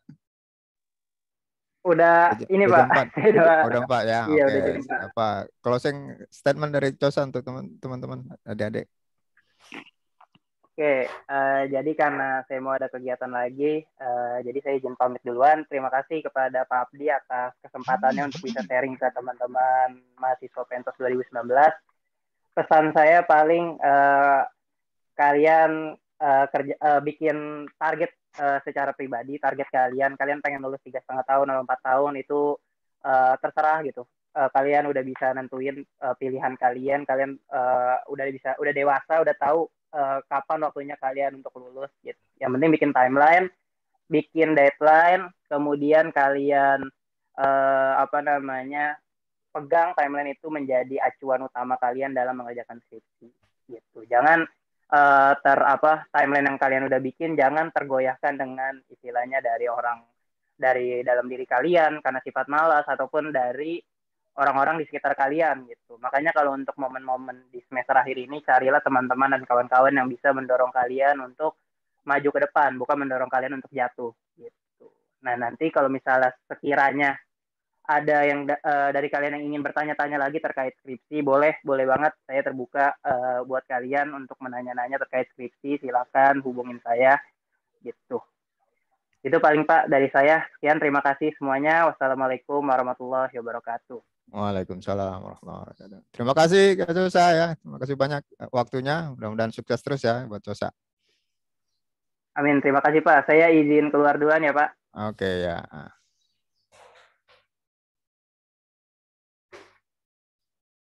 Nah, dia punya waktu sampai berapa menit lagi? Sampai maghrib. Saya hari ini ada waktu sih Pak. Spesial. Oke. Kita coba ya sampai 15 menit lagi ya kalau misalnya ada yang mau bertanya ya. Silakan. Kalau masih ada yang bertanya, kita kasih ada waktu. Saya mau tanya Pak. Ya, Istiqomah. Tadi kan Kak Cosa sempat bilang kalau misalnya dia sebelum buat outline itu sempat buat catatan di HP. Nah, terus dikonsultasiin ke Pak Abdi. Berarti dari kita semua ini sebenarnya bisa ya Pak ya untuk konsul ke dosen terkait outline yang mau kita buat sebelum di finalnya gitu Pak. Kamu nanya ke saya atau ke Nadia? Ke Pak Abdi. Oh, nah, ke Nadia dulu, pemain ke Nadianya.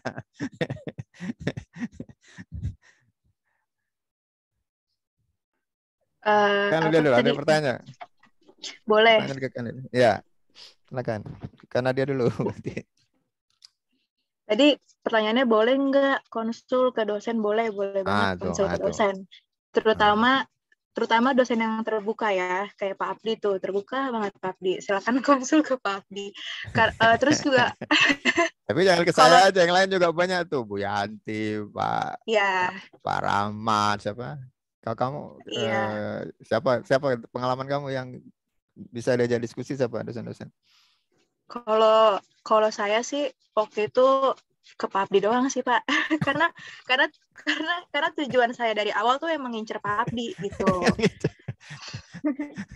Soalnya kan dulu kan kalau di angkatan saya tuh ada reward ya. Ada tadi yang udah Cosa bilang ada reward 10 orang tercepat yang bisa menyelesaikan outline itu bisa milih dospem sendiri.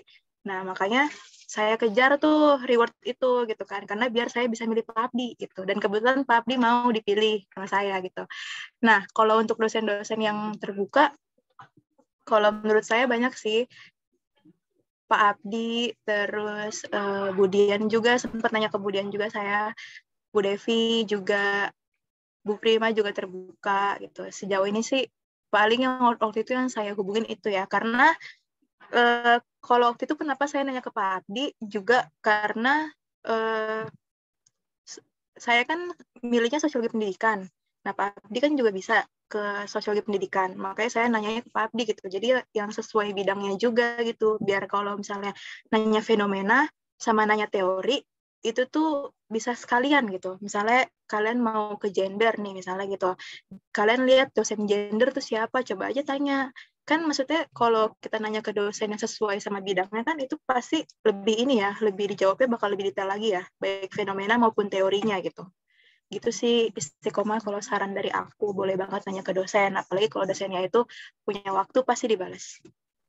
Gitu. Itu jawabannya benar tuh. Emangnya nggak boleh Pak? Hah? Boleh. Jadi boleh. Jadi ke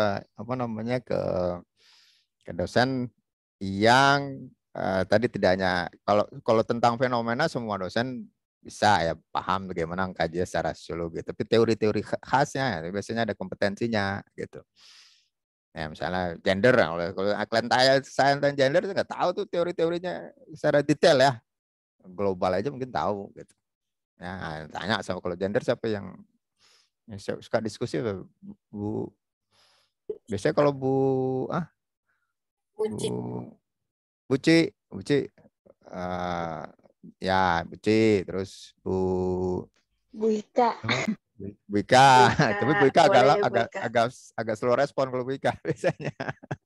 Agak lama kan kalau respon ya Bu Ika ya kalau Kalau WA kan agak Iya. lama. WA. Yang cepet tuh kayak Budini itu biasanya. Iya. Nah, tadi biasanya jawabannya panjang tuh kalau Budini nih. Diskusinya bisa panjang. Ya banyak sih dosen-dosennya. Apalagi kalau misalnya ketemu langsung, misalnya kalau waktu di kampus lagi luring, biasanya kalau ketemu biasanya mau diajak diskusi ya.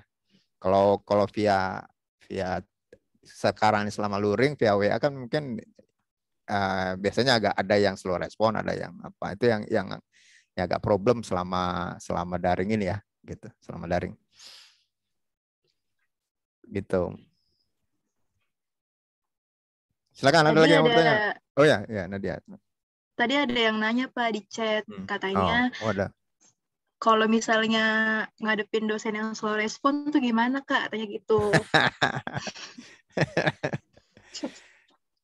Kalau jawaban dari saya sih, ya dikejar terus, tapi jangan setiap hari kalian chatin juga, karena itu kan nggak baik juga ya, karena kan bukan kalian aja gitu yang punya kesibukan, dosen juga punya kesibukan, jadi kalian juga harus bisa mengira-ngira ini waktu yang tepat untuk ngejar dosennya tuh berapa hari ya, entah 5 hari sekali gitu kalian chat gitu, atau mungkin kalau dosennya fast rap 3 hari sekali boleh gitu, tapi jangan setiap hari dichatin terus.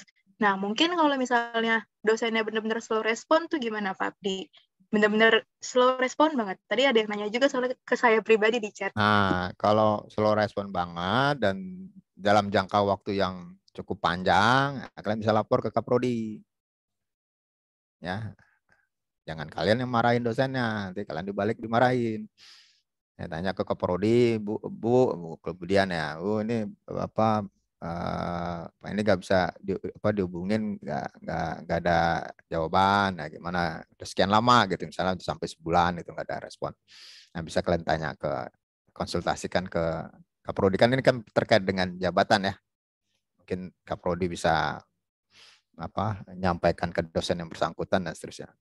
Ada beberapa kali nanya ke saya juga begitu, saya sampaikan untuk dikomunikasikan ke Prodi, nanti saya juga ngomongkan ke Kaprodinya.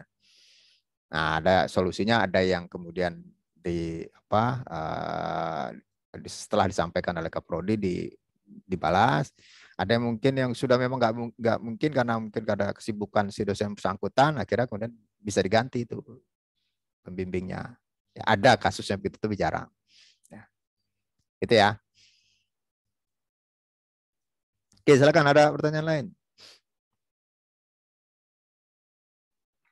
Saya ingin bertanya, Kak. Nah, Uri.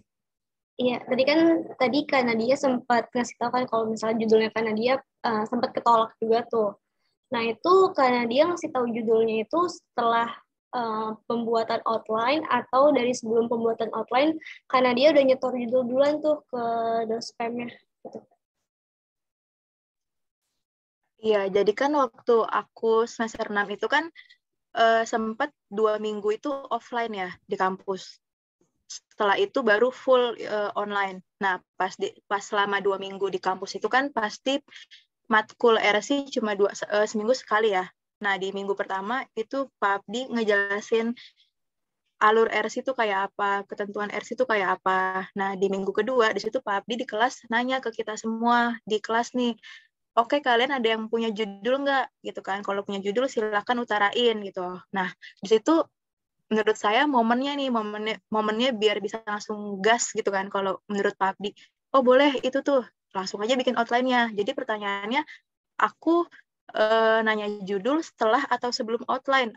Jawabannya sebelum. Kalau kayak tadi Cosa ya, kalian punya ide apa, kalian ketik dulu nih dikit di notes gitu, baru kalian jelasin ke dosen. Karena kan kalau nanya judul ke dosen kan juga inti besarnya juga nggak apa-apa ya sebelum kalian ngerjain outline gitu. Kalau dulu aku pas di kelas aku tunjuk tangan tuh ke Pak Abdi, Pak saya punya judul ini ditolak, ini juga ditolak 3 kali tuh ditolak Pak Abdi.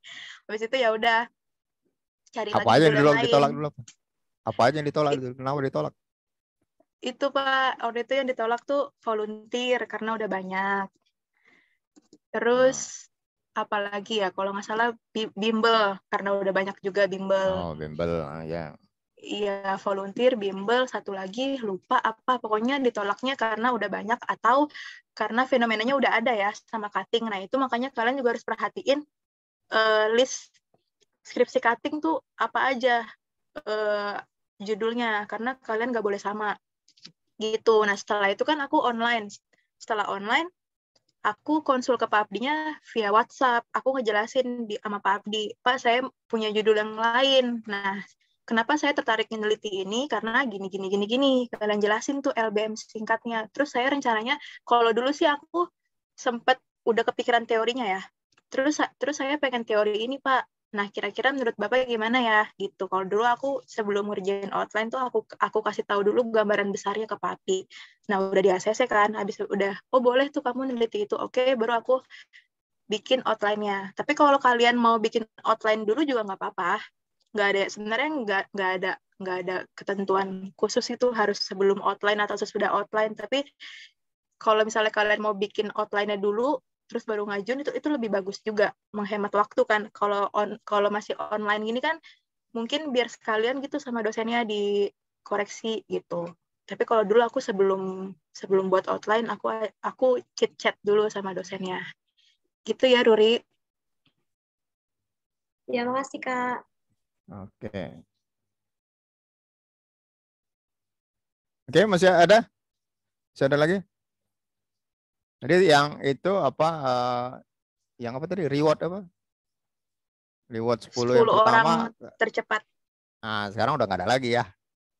Oh, udah nggak ada. Nggak ada. Emang Dulu, kenapa, Pak? Kok nggak ada?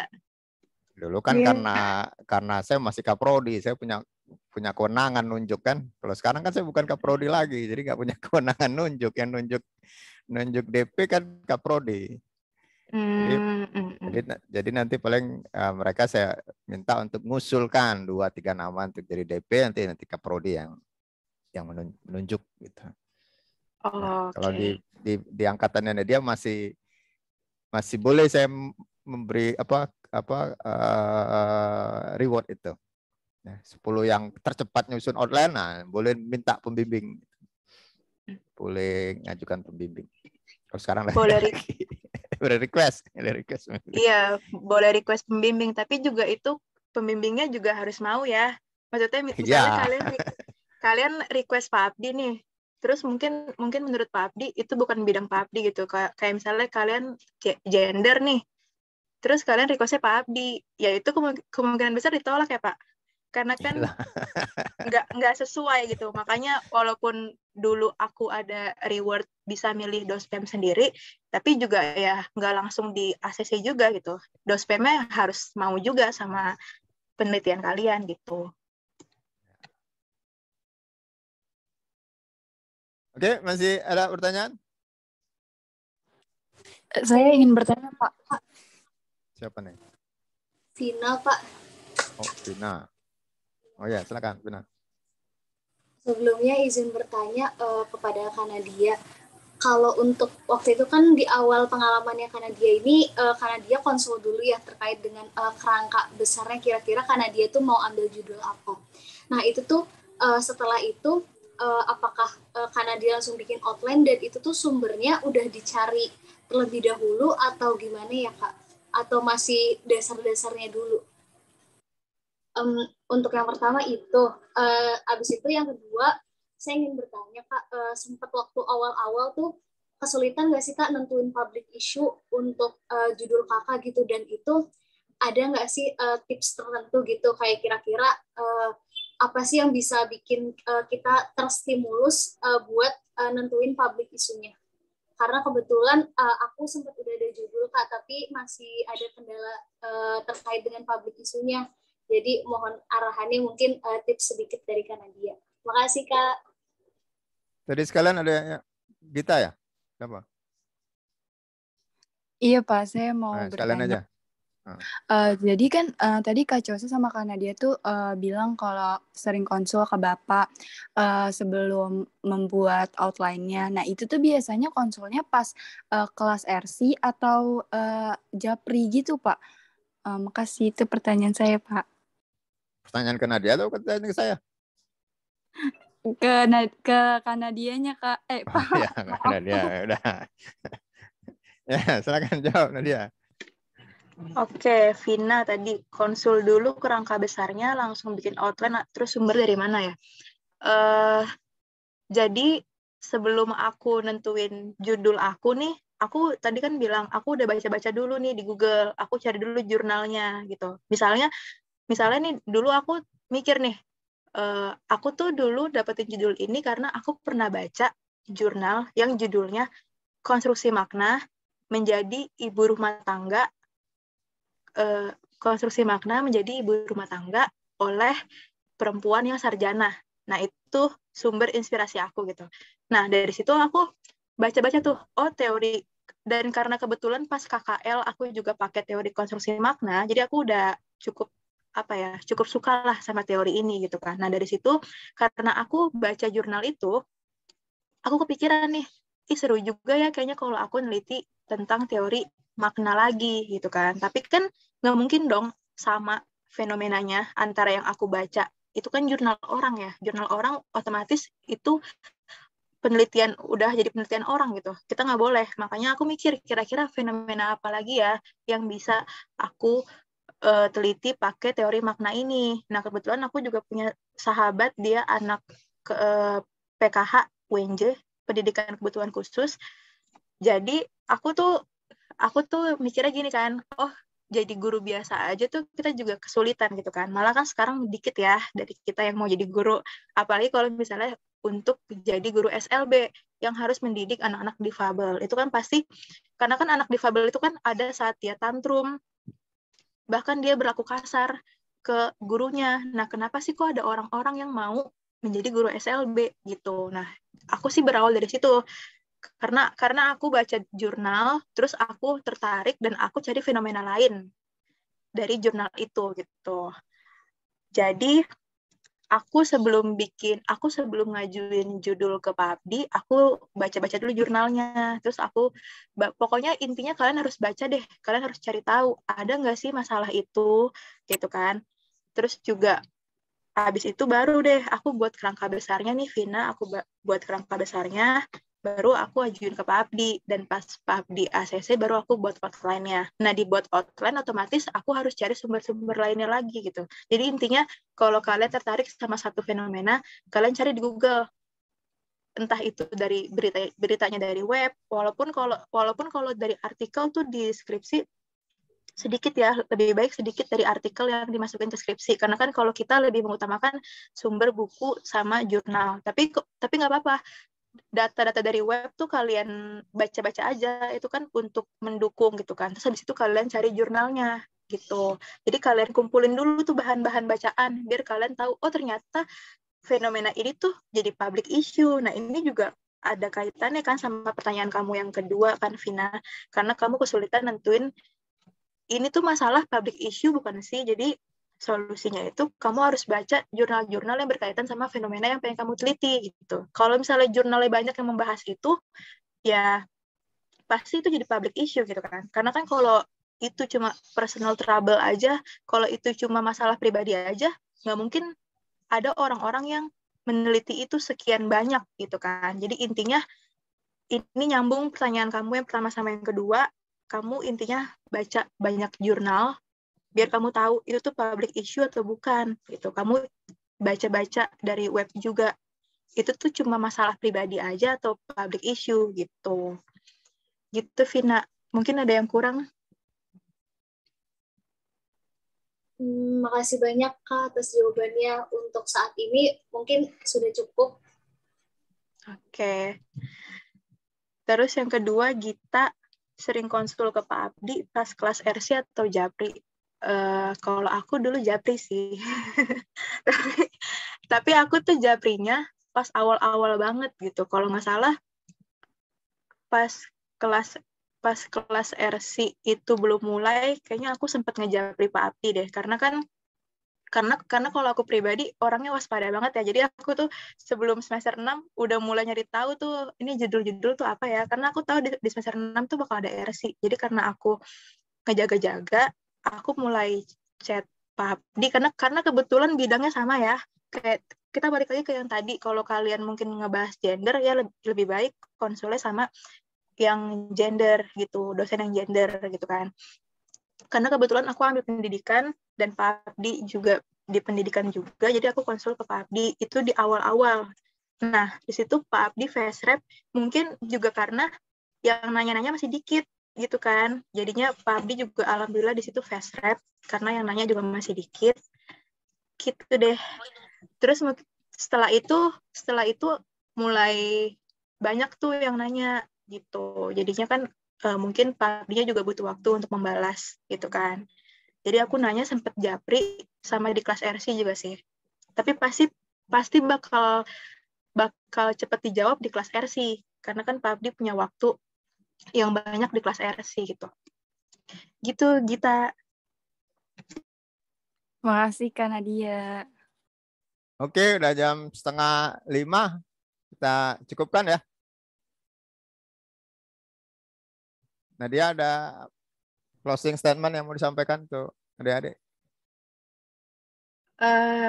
Kalau dari aku, pesan dari aku dijalanin aja ya. Pokoknya dijalanin aja. Aku tahu ini berat buat kalian, makanya kalian juga harus bisa memprioritaskan kegiatan kalian. Mungkin yang sekarang nih banyak kegiatannya di luar kampus, itu nggak apa-apa. Maksudnya nggak ada yang ngelarang juga kalian mau lulus di semester kapan, kalian mau 3,5, 4 tahun atau lebih, tapi kalian harus tahu resikonya apa. Kalau kalian lulus telat, resikonya apa. Kalau kalian lulus cepat, dampak positifnya apa gitu. Jadi semua kembali ke diri kalian lagi. Kalian mau lulus di semester berapa, kalian harus tahu resikonya. Kalau lulus tepat waktu dan telat tuh resikonya apa, dan keuntungannya apa gitu. Dan dari situ kalian buat deadline yang tadi. Dan aku juga bilang ke kalian harus tegas sama diri kalian sendiri. Karena tadi balik yang Chosa bilang, kalau skripsi ini pribadi ya teman-teman. Kita bukan kerja kelompok. Jadi kita nggak bisa ngandelin siapa-siapa. Dan membangun hubungan baik dengan dosen juga itu tugas kita pribadi gitu. Jadi semuanya ini tugas kita pribadi. Maka dari itu kita juga harus tegas sama diri sendiri. Kita buat deadline-nya mau selesai kapan gitu. Pasti males, ada rasa males. Tapi juga kalian harus belajar bisa atasin itu gitu. Males boleh, istirahat boleh. Nggak ada yang bilang kalian nggak boleh istirahat. Boleh banget. Tapi jangan terlalu dilepas juga gitu. Pokoknya dijalanin aja. Pahit manisnya dijalanin aja, nanti kalian bakal ngerasain juga kok rasa puas kalau udah selesai itu gimana. Semangat terus juga kalau misalnya mau ada yang nanya-nanya ke aku via WhatsApp atau via lainnya juga boleh. Aku terbuka kalau kalian mau nanya-nanya. Makasih teman-teman udah mau sharing hari ini. Oke, terima kasih Kak Nadia. Ya, kita dapat banyak informasi, pengetahuan dari Kak Nadia sama Kak Chosa ya. Mudah-mudahan ini dari manfaatnya untuk kalian semua ya. Tetap semangat buat outline. Ada berapa yang sudah masuk. Tadi saya sudah periksa. Untuk Inaka tadi saya sudah okein sebenarnya. Outline-nya Inaka. Ya, yang lain ditunggu ya. Tadi ada iya berapa Pak, masuk dari ya. Ini ada yang nanya kalau mau lihat data skripsi cutting tuh di mana ya Pak sekarang? Oh ya, kalau dulu tanya itu ya, kalian tanya ke Mbak Yus ya. Mbak Yus sama Mbak Mega ya nanti. Ya. Dia ada daftar apa? Excel-nya ya. Gitu. Jadi ke Mbak Yus sama Mbak Mega yang di Sospem Mbak Mega. Oke. Sampai ketemu minggu depan. Sekali lagi terima kasih ke Kak Nadia ya, Mbak Nadia. Sukses terus ya buat Kak Nadia. Mudah-mudahan kita bisa ketemu lagi. Ketemu di luring. Amin. Tadi kata Kak Nadia, mudah-mudahan kalian ujian skripsinya luring ya. Ketemu. Ya, ini mereka KKL katanya mau luring lagi nih katanya. KKL mau luring mereka. Mudah-mudahan udah reda, Omikronnya udah reda. Amin. Oke, kita akhiri. Terima kasih semuanya. Ya, salam sehat semua. Terima kasih. Assalamualaikum warahmatullahi wabarakatuh. Selamat sore.